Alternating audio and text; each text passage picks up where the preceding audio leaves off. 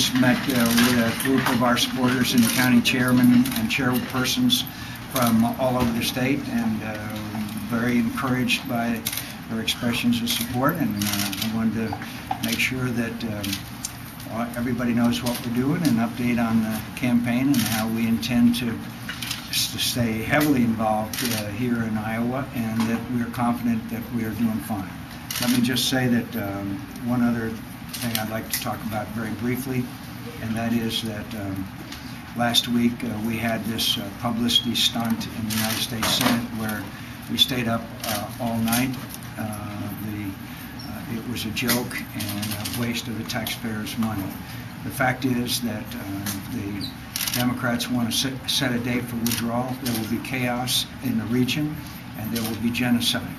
We are succeeding in Iraq militarily. We should be doing better politically. But the fact is, we cannot set a date for withdrawal. And if we do, it will guarantee failure, and it will guarantee the loss of additional brave young Americans' lives. I will hold that stand no matter what, and that is the correct stand for the future of this nation. With that, I'd like to respond to any questions. What were you here to tell your supporters here about your campaign, the status of your campaign? What were you telling them?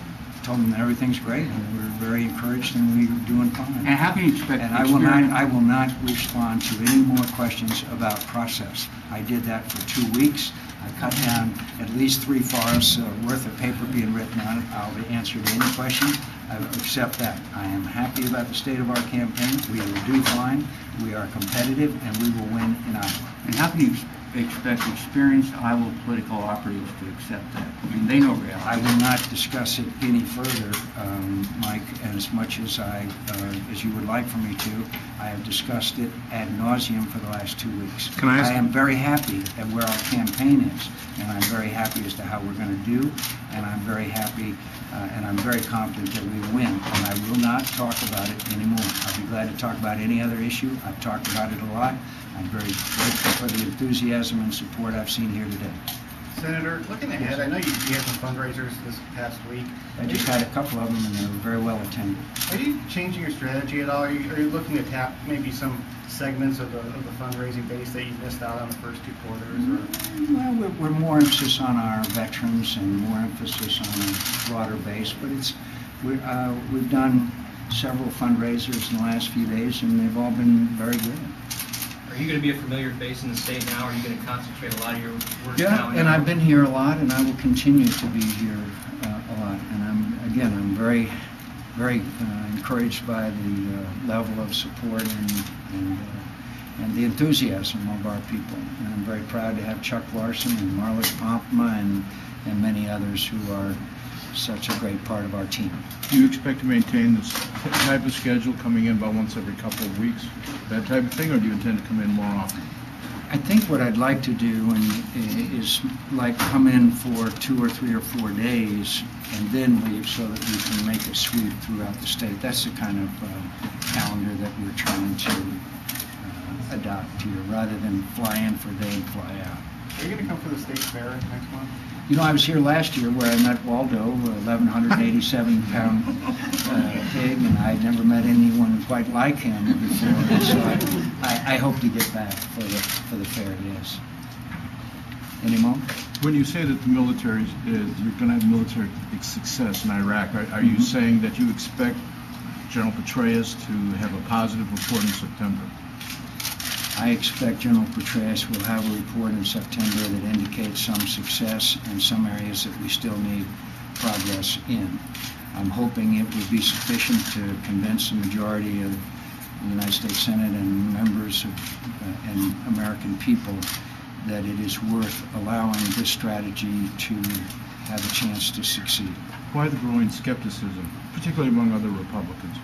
I think there's great frustration out there, all of it very understandable, because the war was terribly mismanaged for nearly 4 years, and we are paying a very heavy price for that.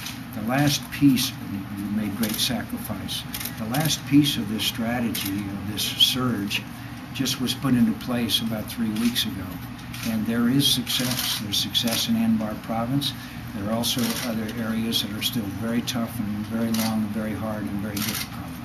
What did you tell your supporters? I told them I'm grateful for their support. talked a bit longer than that, though, Senator.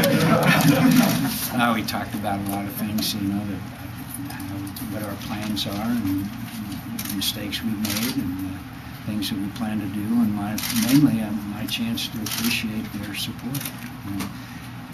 Look, and I've said this not many times, but I would repeat again, I've had a lot tougher days in my life than any time during this campaign.